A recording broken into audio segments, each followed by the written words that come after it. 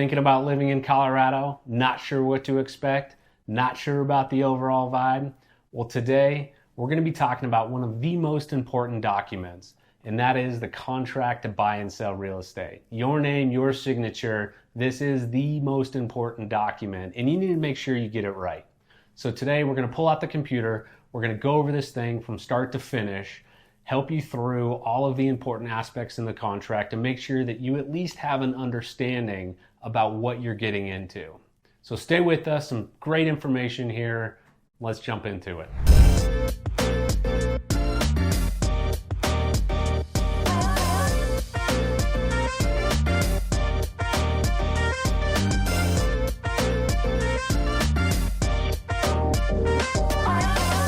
Hey guys, for those of you that might be new to our channel, my name's Adam Mayfield, got my partner Wes Hartman here.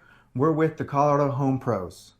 Now, we get calls and texts every day from people just like you. So whether you're thinking about moving in 9 days or 90 days, just reach out. We'd love to help. Now, as Wes mentioned, we're going to jump into the computer today, take a look at that contract to buy and sell. So with that, let's get after it right now. So, as Adam and I had mentioned, today we're going to be going over the Colorado contract to buy and sell real estate. One thing to keep in mind, it's a 20-page document. If I was to go over this thing line by line with you guys, it would take over an hour to talk about each individual section and subsection. So instead, today, we're going to go over the 5 negotiable points of a contract. That's price, that's terms, that's inclusions and exclusions, that's dates and deadlines, and that's contingencies or exits, your ability to get out of the contract if anything goes a little wonky. So first thing to know, Colorado contract is a publicly available document. If you can't find it online, please reach out to us. We'd be more than happy to email you the most updated version of that. But it's actually pretty easy to find. So if you can follow along here, I'll share my screen. And we're simply just going to come to Google. We're going to type in Colorado real estate contract. Very first link here, Colorado broker contracts and forms. Takes you to the Colorado DORA site, the Department of Regulatory Agencies. We'll scroll down. Now, on this site, there's every contract, form, disclosure that we need to buy or sell a home. Right? It's all here. So we'll click on sales contracts. There's a few different forms available here. If you're purchasing a commercial property or land, we use a slightly different variation of the contract. We're going to focus on the contract to buy and sell residential today.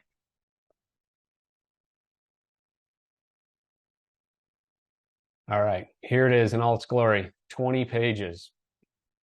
Now, before I dive into this, I want to take a look at one section here. 3.2, applicability of terms.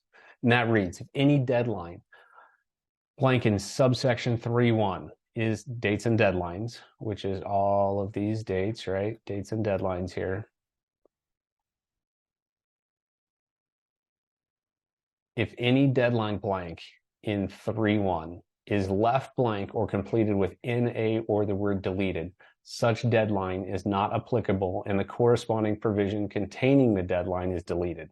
That simply means if we were to come up here and write NA or deleted in any one of these blanks off to the right, that entire section, right, NA deleted in the record title deadline. Now, we'd never do that, but if that was marked NA or deleted, all of section 8 would just be deleted from the contract. So in a pretty standard deal, I would say about half of the contract would just be deleted, right? We're dealing with probably a 10-page document at that point in time. So it's important to keep in mind if you do track down this document and you start to read through it to prepare for a purchase or prepare for a sale, it's important to keep in mind that a lot of the provisions in this contract may not apply to your given deal. All right, so now let's talk about the 5 negotiating points of any contract. Very first one, price, right? And I'm going to lump actually the second one in with price, terms. Terms are going to be everything else that you see listed here. The amount of earnest money delivered by the buyer, any loan associated with the property, assumption balance, private financing, seller financing, really anything involving the money that's being transferred. Where's that coming from? I mean, if you take a look here at new loans, subsection 4.5, we could scroll down and you're going to see subsection 4.5, new loan. There's a lot here, and a seller doesn't necessarily love that. Now, most sellers know that an incoming buyer is going to be utilizing a loan, but that's why cash deals are so powerful when purchasing a home, because we're going to mark NA in that section. And like I said, all of this just simply goes away for the seller, and it's a big deal to them. So that's all a negotiable part of this contract. So purchase price, that's simple. You and your real estate agent sit down, find a number that is fair for that home. Earnest money, it's listed in the MLS. So MLS stands for Multiple Listing Service. It's the professional database that we utilize as real estate professionals to advertise homes. The seller and the listing agent have already gotten together at this point in time, and they've publicly said, this is how much earnest money that we want for this home. Most of the time, we're going to see a number in the 1 to 3% range. Sometimes it's higher, sometimes it's lower. But for the most part, that's a negotiable amount of money. Sellers don't like to see it negotiated, but it is absolutely a negotiable amount of money. New loan, are you putting 10% down, 20% down, 50% down? How much money are you putting down? We're going to convey that to the seller. And it's important to know as the buyer, the amount of money that you convey in that that line item number 3, new loan, is important. And I'll get to that here in a second. Assumption balance is just that. We don't see it all too often, but in today's world of 7 or 8% interest rates, we're actually working with a VA buyer right now that's assuming a note at a 2.5% interest rate. That is a massive deal, right? That's a very important part of this. It takes a little bit longer. There's a lot more legwork that we need to do, both on the listing agent side and the buyer's agent side, but it's a really good tool for sellers to utilize to maybe get a little bit more money for their home. And it's potentially even a better tool for buyers to come in and be paying a whole lot less for any borrowed money. Private financing, right? Any private money you're pulling into this. And then seller financing. Is the seller going to hold on to any part of this note to assist the buyer? Don't see it too often in your standard residential real estate deals, but we represent a lot of investors as well. And it's a very common tool in the investment game right now. So that's purchase price and terms. That's what we're kind of taking a look at there. That's the first 2 items that are really negotiable in a contract. The next one is going to be inclusions and exclusions. So we'll scroll back up here in the contract. We're going to take a look. Starts here, section 2.5. Now, inclusions and exclusions may sound pretty simple, and in a lot of ways, it is simple, right? It is what's included in the property and what's excluded in the property. Now, I got my license back in 2008. When I was in real estate school, what they had taught us, what a fixture is, and all fixtures are included, is do you need a tool to take it off the wall or to take it down? And if so, it's included. Now, there's a gray area here. Let's take a look at maybe a custom TV mount or some sort of custom artwork that's attached to the home and you need a tool. Well, it's very important for both the buyer and seller to get crystal clear on what's being included in the sale of the home and what's being excluded in the sale of the home. So you really need to make sure that you're going through, there's a standard list of inclusions and exclusions that are warranted with every transaction. But if anything is out of the ordinary there, or there is a gray area, you really need to make sure that you're working with your agent to convey to the other side appropriately what's being included and excluded. All right, number 4. This is a big one, right? And number 4 and number 5 are kind of tied together, but that's going to be the dates and deadlines section. And you already got a little glimpse of this before, but as you can see, it's a pretty detailed section here, and it's going to outline just about every word in this contract. Again, going back to section 3.2, right? A lot of this does get deleted in a traditional deal, and we don't necessarily need it if there's no assumption or there's no seller financing, right? Then a lot of 16 through 21 can get deleted, and we just don't need to worry about those. There's no loan, right? We're getting rid of line items 13, 14, and 15. But a lot of times there is, and these dates and deadlines are all negotiable. I'm not going to go over every section in here, but let's go over a couple of the big ones. Title, huge deal, right? We need to make sure that whoever owns that property has the right and ability to transfer that to you. So one of the very first things that we do within probably 7 to 10 days is we're going to go through the record title phase. And what we're going to do is the seller's going to engage, or potentially the buyer is going to engage a title company that's going to take a look at the title to that property to make sure that there are no ownership and encumbrance issues with that property. And we're going to find out within 7 to 10 days whether or not the seller has the right to transfer that property, or if there's any outstanding tax liens or mechanics liens or any sort of liens that would complicate the transfer of this property. So we're going to get a very good look at that early. Next deadline that we're really going to get to is inspection. You as a buyer have a right to inspect that property.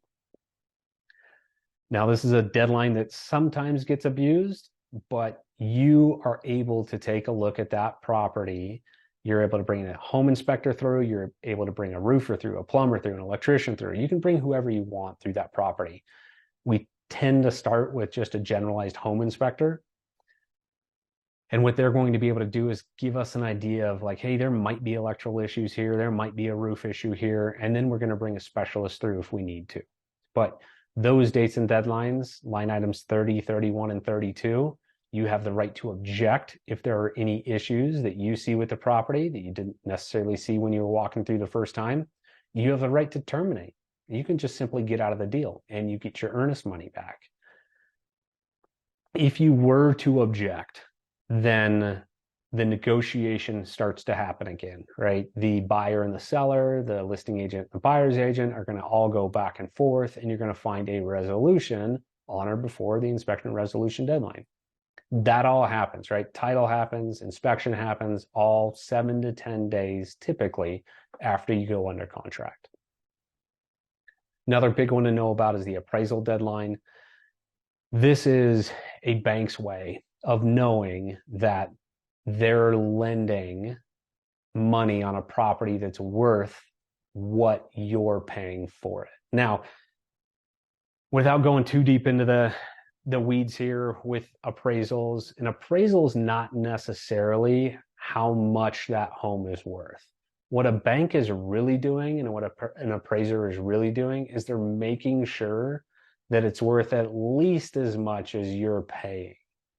It's kind of funny. If you brought 3 appraisers through a property and you didn't allow them to talk to one another, I would bet a lot of money that you're going to get 3 different numbers. You're not going to get the same number each time. But if you brought those 3 appraisers through and you give them a contract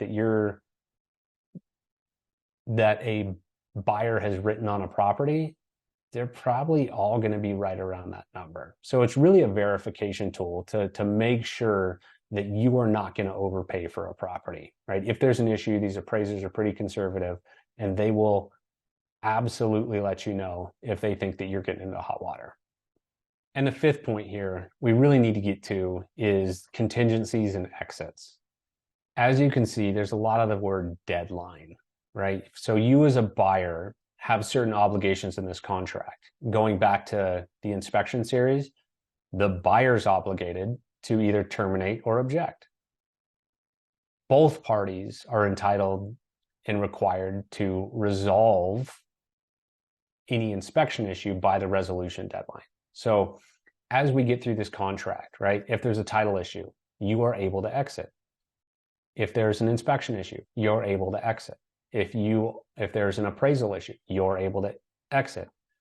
Like, I'll look at a couple more here. Owners association.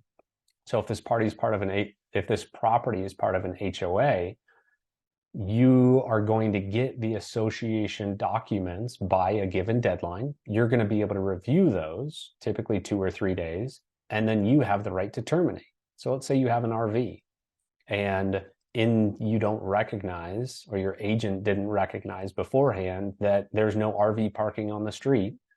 Well, you read there's no RV parking on the street. Well, the deal's no longer going to work for you and you need to terminate. So you would then terminate due to the owners association deadline, and you would get your earnest money back. And there's a lot of dates and deadlines in here that are associated with your right to exit the property and get your earnest money back. All right, so that kind of wraps it up. Those are the 5 things. Again, we've got price, we've got terms, we've got inclusions and exclusions, we've got dates and deadlines, and we have contingencies or your right to exit the property, right? So keep that in mind. There's a lot to this contract. We're going to be coming out with another video. It's going to be pretty long, going over a lot of the different subsections in this. So look for that in the future. Again, and always, if you have any questions with the contract whatsoever, if you download this thing and you're starting to read through it, you have an issue, just reach out to us. We will be more than happy to explain the various provisions and issues with this contract. Be well, and we'll see you next time.